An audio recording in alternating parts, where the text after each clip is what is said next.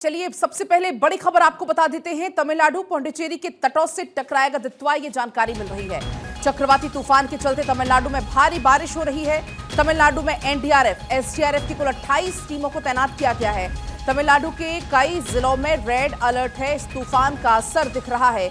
कुछ की तस्वीरें भी आपको लगातार दिखा रहे हैं। समुद्र तट पर ऊंची ऊंची लहरें उठ रही हैं और वजह यही है कि जो मछुआरे हैं उनसे समुद्र तट पर ना जाने की अपील की जा रही है।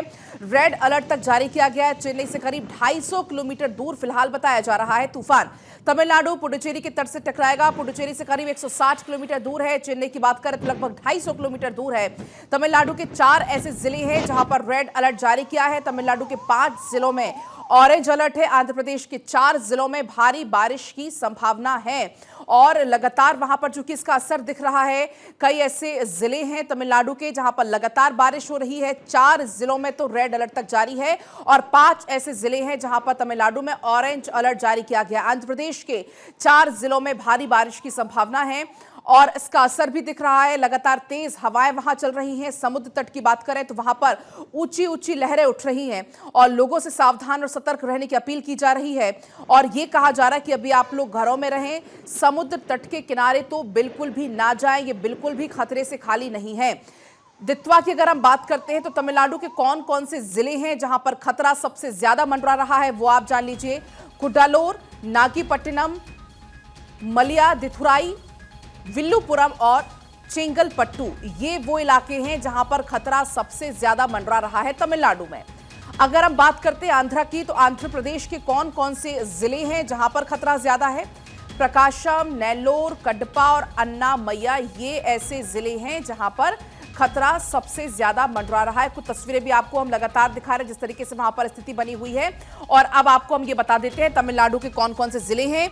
ये तमाम वो जिले हैं जहां पर खतरा इस वक्त मंडरा रहा है, जिसमें आपको बता दें कुडालोर का नाम है, नागपट्टिनम का नाम है, इसके अलावा चेंगलपट्टू का नाम है, मयिलादुथुराई का नाम भी इसमें शामिल और विल्लुपुरम का नाम भी इसमें शामिल है जहां पर खतरा सबसे ज्यादा मंडरा रहा है।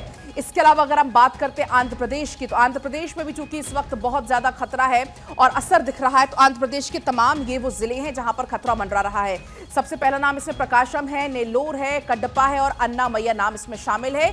इन राज्यों में 2 राज्य अगर हम बात करें तमिलनाडु के, आंध्र प्रदेश के, इन तमाम जिलों में सबसे ज्यादा अलर्ट अभी जारी किया गया है। असर आप जान लीजिए क्या कुछ अब तक असर पड़ा है। 54 उड़ानें रद्द हैं। रेल सेवा भी अब तक प्रभावित हुई है। क्या कुछ असर इसका देखने को मिल रहा है वो आप जान लीजिए। 54 उड़ानें अब तक रद्द की जा चुकी है दित्वा के असर के कारण। अगर हम बात करते हैं ना सिर्फ बल्कि विमान रेल सेवा की बात करते हैं तो वो भी पूरे तरीके से प्रभावित है। ट्रेनों का समय बदल दिया गया है, कुछ ट्रेनों को कैंसिल कर दिया गया है, कुछ ट्रेनों को रद्द कर दिया गया है, कम ट्रेनें चलाई जा रही हैं। इसके अलावा अगर हम बात करते हैं फ्लाइट्स की तो फ्लाइट्स को तो रद्द करने का निर्णय लिया गया है। 54 ऐसी उड़ानें हैं जिनको रद्द कर दिया गया है क्योंकि अभी मौसम बिल्कुल भी वहां पर अनुकूल नहीं है। बहुत ज्यादा तेज हवाएं चल रही हैं, जगह जगह बारिश तेज हो रही है और ऐसे में ट्रेनों का समय बदलने का भी निर्णय ऐसे में लिया गया है।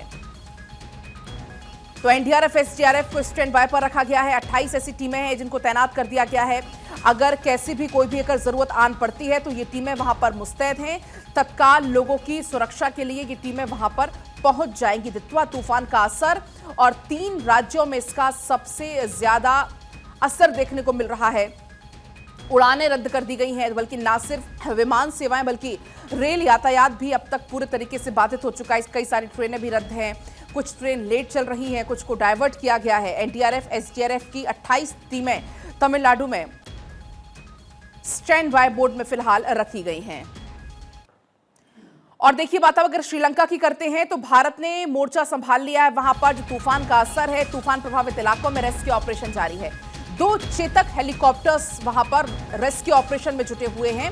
भारत ने श्रीलंका को कुछ राहत सामग्री भी भेजी है। श्रीलंका ने अंतर्राष्ट्रीय मदद की मांग की। भारत ने श्रीलंका को और मदद का भरोसा दिया और ये तस्वीरें भी आप यहां पर देख पाएंगे। आज जो जरूरत का सामान है वो भारत ने श्रीलंका को पहुंचाया है क्योंकि वहां पर अब स्थिति आउट ऑफ कंट्रोल हो गई थी। वहां पर अंतर्राष्ट्रीय मदद की मांग की जा रही थी, तो ऐसे में भारत कभी पीछे नहीं रहता है। आपने देखा है जब भी किसी भी देश को अगर जरूरत पड़ती है तो भारत सबसे पहले आगे खड़ा होता है लाइन में मदद करने के लिए। और कुछ की तस्वीरें हैं राहत सामग्री जब पहुंचाई गई। इवन आपको बता दें 2 चेतक हेलीकॉप्टर्स भी वहां पर रेस्क्यू ऑपरेशन में जुटे हुए हैं। लोगों को रेस्क्यू करना है, अगर बहुत ज़्यादा इलाके वहां पर क्षतिग्रस्त हो चुके हैं। और ये कुछ तस्वीरें हैं जब राहत सामग्री वहां पर पहुंची, भारत ने श्रीलंका में राहत सामग्री भेजी, उस दौरान की ये कुछ तस्वीरें हैं।